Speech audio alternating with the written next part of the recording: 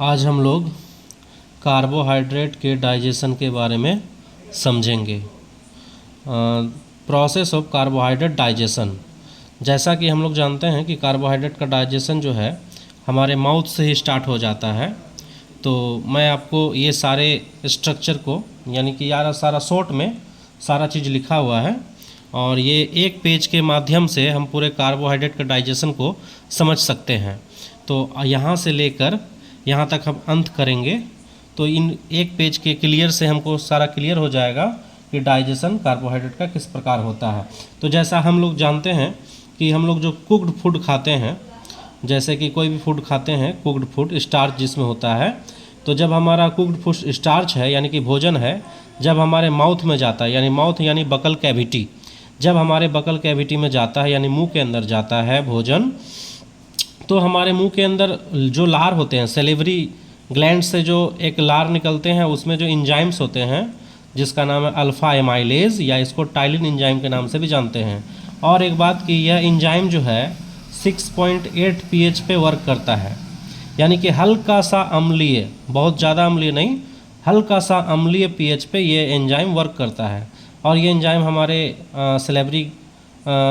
Saliva में होते हैं ये एंजाइम्स अल्फ़ा एमाइलेज जिसको टाइलिन कहते हैं। तो बकल कैविटी के अंदर जो कार्बोहाइड्रेट है यानी जो स्टार्च है वो 30% कार्बोहाइड्रेट का डाइजेशन होता है, 70% रिमेन्स रहते हैं, यानी 70% डाइजेशन नहीं हो पाता है, 30% डाइजेशन होता है। अब 30% जो डाइजेशन होता है कार्बोहाइड्रेट का, तो वो 30% में कार्बोहाइड्रेट क्या क्या चीज़ बनते हैं, तो लगभग माल्टोज, ट्रायोमाल्टोज और अल्फ़ा डेक्सट्रिन्स, ये तीन चीज़ का फॉर्मेशन हो रहा है। यानी कार्बोहाइड्रेट्स ब्रेक डाउन होकर ये तीन चीज़ बनते हैं, माल्टोज, ट्रायोमाल्टोज और अल्फ़ा डेक्सट्रिन। 30% कार्बोहाइड्रेट टूटकर ये तीनों चीज़ बनता है और बचता 70% कार्बोहाइड्रेट, ये बच जाता है हमारे माउथ के अंदर ही।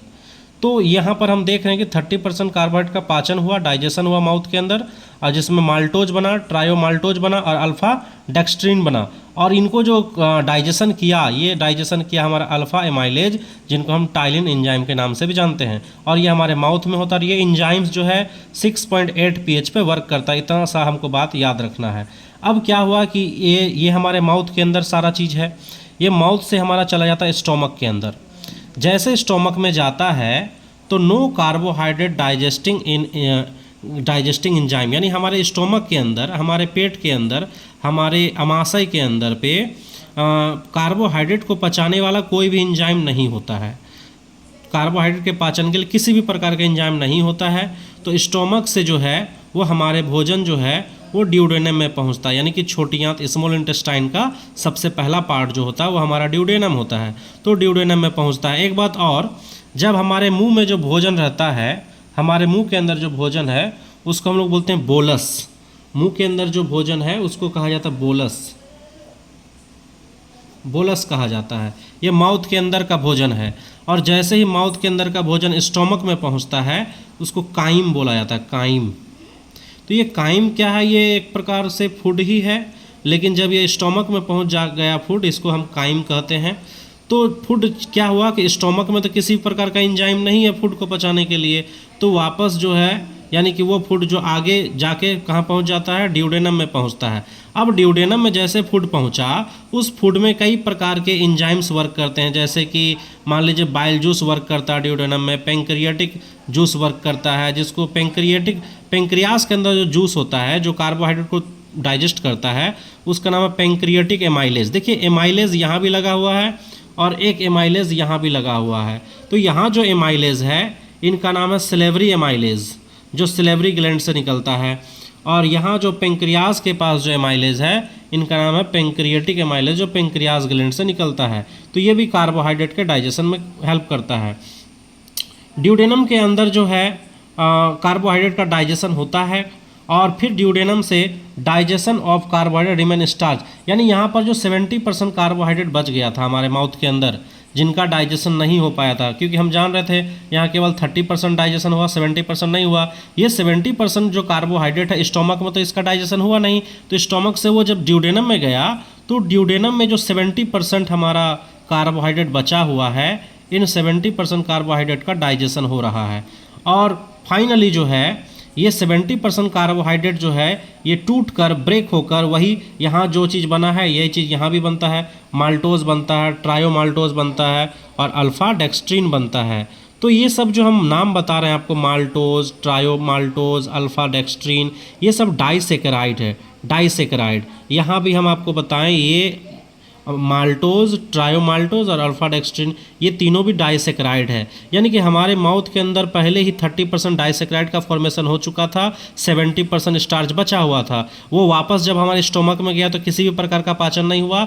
जब वो ड्यूडेनम में गया तो ड्यूडेनम में जो 70% बचा हुआ था उनका डाइजेशन हुआ और वो वापस फिर से डाइसेक्राइड बन चुका है। अब यानी कि 100% हमारे जो ड्यूडेनम है, 100% हमारे ड्यूडेनम में डाइसेक्राइड का फॉर्मेशन हो चुका है, क्योंकि 70% भी ये डाइसेक्राइड में कन्वर्ट हो चुका और 30% तो ऑलरेडी डाइसेक्राइड में कन्वर्ट हो चुका था हमारे माउथ के अंदर ही।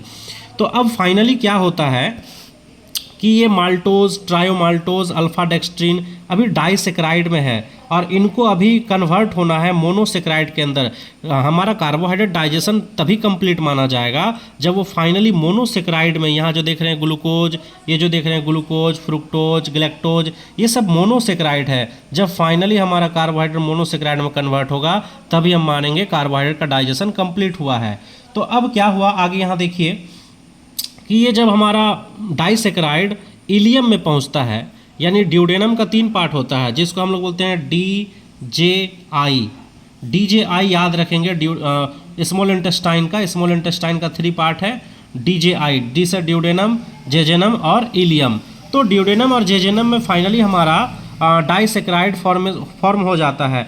अब जब हमारा डाइसेक्राइड इलियम में जाता है तो क्या होता है, इलियम में कुछ इंजाइम्स मौजूद होते हैं। वो सारे इंजाइम्स जो होते हैं डाइसेक्राइड को मोनोसेक्राइड में कन्वर्ट करते हैं और वो सारे इंजाइम्स 8.0 to 8.5 pH पे वर्क करता है। तो इलियम में कौन कौन से इंजाइम है, जैसे कि फॉर एग्जांपल पे माल्टोज, ये जो माल्टोज डाइसेक्राइड है, माल्टोज को तोड़ने के लिए माल्टेज नाम का इंजाइम है, माल्टेज। जहाँ भी ASE लगा हुआ रहे वो इंजाइम को डिनोट करता है। मैक्सिमम जगह पे यही देखा जाता है कि इंजाइम के लास्ट में ASE लगा होता है, ठीक है। तो माल्टोज जो है डाइसेक्राइड, इसमें जब माल्टेज इंजाइम पड़ता है तो इसको 2 भागों में तोड़ देता है, यानी 2 मोनोसेक्राइड में कन्वर्ट कर देता है, ग्लूकोज प्लस ग्लूकोज में कन्वर्ट कर देता है। तो हम बोल सकते हैं कि माल्टोज जो है 2 ग्लूकोज मॉलिक्यूल से मिलकर बना हुआ है, एक ग्लूकोज और यहाँ भी एक ग्लूकोज, 2 ग्लूकोज से माल्टोज बन चुका है। तीसरा जो है सुक्रोज, सुक्रोज जो है वो ग्लूकोज प्लस फ्रुक्टोज से मिलकर बना होता है। इस पे पड़ता है सुक्रेज नाम का एंजाइम, और जब सुक्रेज नाम का एंजाइम सुक्रोज पे पड़ता है तो ग्लूकोज प्लस फ्रुक्टोज में कन्वर्ट होता है।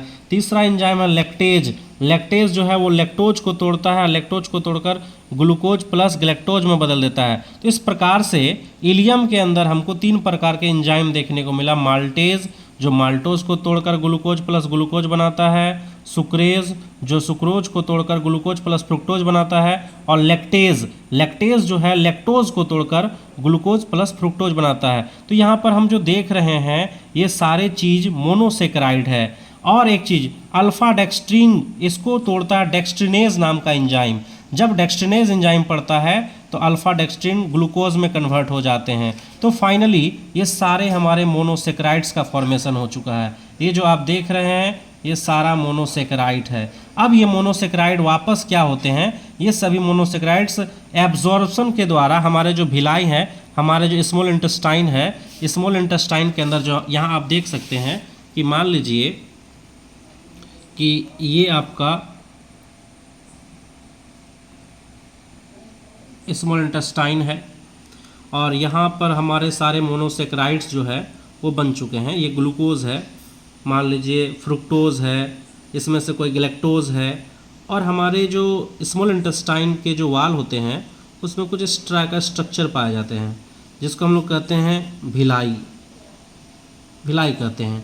और ये सब मान लीजिए मोनोसेक्राइड है, मोनोसेक्राइड। तो ये मोनोसेक्राइड को एब्जॉर्ब कर लिया जाता है भिलाई के द्वारा, एब्जॉर्ब कर लिया जाता है। और ये जो हमारे माइक्रोभिलाई है ये इसके नीचे इस साइड पे ब्लड वेसल्स होते हैं, खून की नली जिसको हम लोग कहते हैं, ये है ब्लड वेसल्स, ब्लड वेसल्स। तो ब्लड वेसल्स में ये जो मोनोसेक्राइड हमारे वापस कहाँ चले जाते हैं, ब्लड वेसल्स के अंदर चले जाते हैं। तो ये ब्लड वेसल्स में चले गए। तो वही बताएं यहाँ पर कि जो मोनोसेक्राइड है वो एब्जॉर्प्शन के द्वारा जो है वो भिलाई में जाते हैं और भिलाई से फिर वो वापस ब्लड वेसल्स में जाते हैं। अब हमारे जो ब्लड वेसल्स हैं वो ब्लड वेसल्स इस ग्लूकोज को, फ्रुक्टोज को, ग्लैक्टोज को, जितने भी मोनोसेक्राइड हैं ये सभी मोनोसेक्राइड को ब्लड वेसल सेल तक पहुंचाते हैं और सेल के अंदर फिर एक प्रोसेस चलता है जिसे हम सेलुलर रेस्पायरेशन कहते हैं। और सेलुलर रेस्पायरेशन के तहत जो है हमारे सेल के अंदर एनर्जी प्लस CO2 का फॉर्मेशन होता है। तो एनर्जी का तो यूज़ हमारा सेल कर लेता है, लेकिन जो बचा सेल के अंदर जो CO2 है, ये CO2 वेस्ट प्रोडक्ट के रूप में बनता है सेल के अंदर। इस CO2 को वापस जो है सेल ब्लड को दे देता है और ब्लड फिर जो है उनको पूरे बॉडी से बाहर करने में हेल्प करता है। तो फाइनली ये हमारा पूरा कार्बोहाइड्रेट का डाइजेशन क्लियर हो चुका होगा आप लोगों को। शायद एक बार फिर से जल्दी से स्पीड से आप देख लीजिए कि जो भोजन जब हमारे मुंह में जाता है, मुंह बकल कैविटी का मतलब होता है माउथ, हमारा माउथ में जैसे भोजन गया तो माउथ के अंदर जो हमारे लार है, लार में एंजाइम पाए जाते हैं, अल्फा एमाइलेज नाम का एंजाइम जिसको टाइलिन भी कहते हैं। ये 6.8 pH पे वर्क करता है। ये एंजाइम्स जो है कार्बोहाइड्रेट का 30% डाइजेशन कर देता है, जिसमें कार्बोहाइड्रेट माल्टोज बनता है, ट्रायोमाल्टोज बनता है, अल्फा डेक्सट्रिन बनता है और 70% कार्बोहाइड्रेट बच जाता है। फाइनली फिर कार्बोहाइड्रेट यहाँ से आगे स्टोमक में जाता है, लेकिन स्टोमक में किसी प्रकार का डाइजेशन नहीं हो पाता है क्योंकि स्टोमक में कार्बोहाइड्रेट का डाइजेशन के लिए कोई एंजाइम ही नहीं पाया जाता है। जब स्टोमक से आगे बढ़ता है फूड, जिसको हम काइम कहते हैं, वो ड्यूडेनम में जब पहुँचता है तो ड्यूडेनम में कुछ पेंक्रियाटिक एमाइलेज पड़ता है। पेंक्रियाटिक एमाइलेज पेंक्रियास से निकलता है और ये कार्बोहाइड्रेट को डाइजेस्ट करता है। फाइनली जो है हमारा जो 70% जो कार्बोहाइड्रेट बच चुका था वो भी यहाँ पर डाइजेशन होता है। जो उसका डाइजेशन करता है ये हमारा अल्फा एमाइलेज ही करता है। अल्फा एमाइलेज कार्बोहाइड्रेट को डाइजेशन करके ये माल्टोज, ट्रायोमाल्टोज और अल्फा डेक्सट्रिन में कन्वर्ट करता है। इस प्रकार से 100% जो हमारे हैं कार्बोहाइड्रेट का डाइजेशन हो जाता है जेजेनम के अंदर ही। और इलियम के अंदर क्या होता है, एब्जॉर्प्शन की प्रोसेस होती है।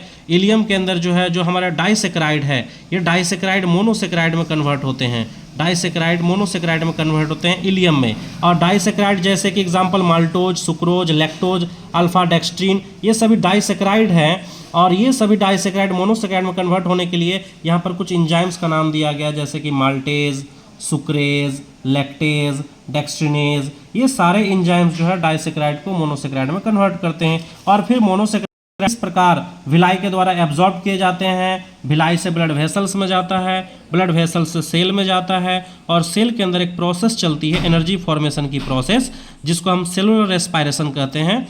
और इस प्रोसेस के तहत जो है हमारे जो ग्लूकोज है, वो ग्लूकोज जो है C6H12O6 जो ग्लूकोज है ये टूटकर दो चीज़ बनते हैं, एक तो एनर्जी का प्रोडक्शन करते हैं और दूसरा हमारा CO2 का फॉर्मेशन करते हैं। CO2 बाहर निकल जाते हैं बॉडी से और एनर्जी यूटिलाइज हो जाता है हमारे बॉडी में, इसका यूज़ हो जाता है और ये वेस्ट मटेरियल के रूप में, वेस्ट प्रोडक्ट के रूप में जो है ये बॉडी से बाहर चले जाते हैं, आउट हो जाते हैं। तो ये फाइनली हमारे कार्बोहाइड्रेट का डाइजेशन है। धन्यवाद।